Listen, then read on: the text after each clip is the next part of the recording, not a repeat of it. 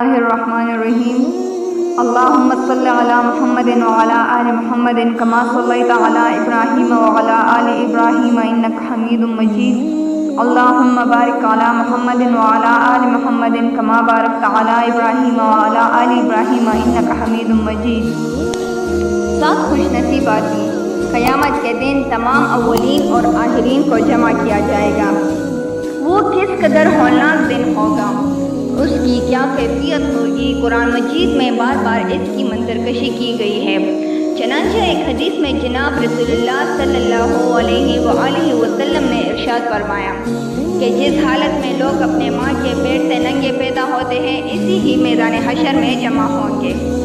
حضرت عائشہ رضی اللہ عنہ نے عرض کیا، رسول اللہ سب کے سامنے ننگا ہونے سے کیسے شرم آئے گی، ایک دوسرے کو دیکھیں گے۔ حضور صلی اللہ علیہ وآلہ وسلم نے ارشاد فرمایا، لوگ اس وقت اپنی اپنی مصیبت میں اس قدر گرفتار ہوں گے کہ ایک دوسرے کی طرف دیکھنے کی مہلت ہی نہ ہوگی۔ سب کی آنکھیں اوپر کی طرف لگی ہوئی ہوگی، ہر شخص اپنے اعمال بد کے بقدر پسینے میں غرق ہوگا۔ کسی کا پسینہ پاؤں چڑھا ہوا ہوگا، کسی کا بنڈلی تک، کسی کا پیٹ تک، کسی کا منہ تک آیا ہوا ہوگا۔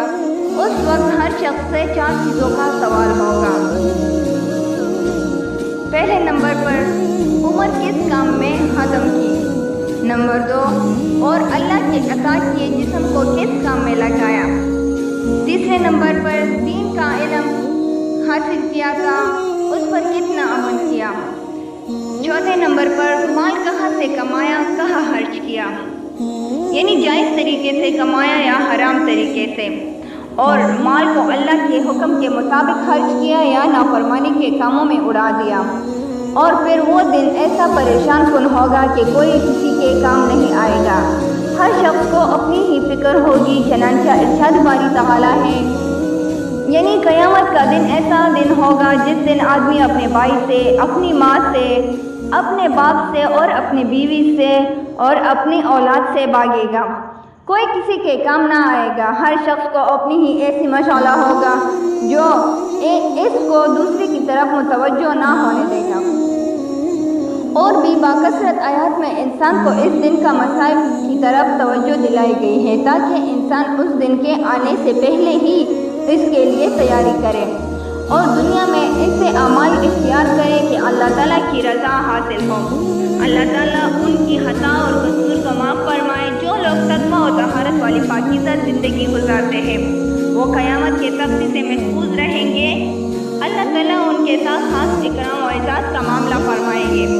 چنانچہ صحیح کہ ایک حدیث میں حضرت ابو ہریرہ سے مروی ہے کہ رسول اکرم صلی اللہ علیہ وآلہ وسلم نے فرمایا کہ 7 قسم کے افراد ایسے ہوں گے کہ اللہ تعالیٰ انہیں اس دن اپنے عرش کے سائے میں جگہ دیں گے، جس دن اللہ تعالیٰ کے عرش کے سائے کے علاوہ کوئی اور سایہ نہ ہوگا۔ پہلے نمبر پر عادل بادشاہ، یعنی جس نے اپنی رعایا میں انصاف کے ساتھ حکومت کی ہو، وہ جوان جس نے اپنی پوری عمر اللہ تعالیٰ کی عبادت میں گزار دی ہو، یعنی جوانی کا زمانہ جس میں شہوت نفس کا خون غالبہ ہوتا ہے، انسان جسمانی صحت و قوت سے پر ہوتا ہے، اس وقت میں نفس اور شیطان کی اتباع کے بجائے اپنے اوقات کو اللہ تعالیٰ کی عبادت میں گزارتا ہے۔ تیسرے نمبر پر وہ شخص جو مسجد سے دل لگائے رکھتا ہے، یعنی نمازوں کے اوقات کا خیال رکھتا ہے، دنیا کے کاموں میں مشغول ہو کر نماز سے غافل نہیں ہوتا بلکہ دنیا کے کاموں کو اس طرح پورا کرتا ہے کہ نمازوں کو وقت مسنون میں جماعت کے ساتھ ادا کرنے میں مہل ہو۔ وہ شخص نمبر پر وہ 2 شخص جو اللہ تعالیٰ کے واسطے آپس میں دوستی اور محبت رکھتے ہیں، جب آپس میں ملتے ہیں تو اس دن میں ہوتے ہیں، ملاقات بھی اس لیے ہوتی ہے کہ دین کے کام کو آگے بڑھایا جائے، اور جب جدائی ہوتی ہے تب بھی اسی خیال میں ہوتے ہیں کہ دین کے کام انجام دیا جائے۔ 5 نمبر پر وہ شخص جس کا کوئی حسین و جمیل عورت بدکاری کے واسطے بلائے اور وہ یہ کہہ کر اس عورت کی طرف رخ نہ کرے کہ میں تو اپنے اللہ تعالیٰ سے ڈرتا ہوں، خوف کی وجہ سے موقع ہوتے ہوئے برائی سے بچتا ہے۔ 6 نمبر پر وہ شخص جو اس طرح وقتی طور پر صدقہ کرتا ہے کہ دائیں ہاتھ سے خرچ کرے کہ بائیں ہاتھ کو خبر نہ ہو، یعنی انتہائی اخلاص کے ساتھ خالص اللہ تعالیٰ کی رضا حاصل کرنے کے لیے مال خرچ کرتا ہے۔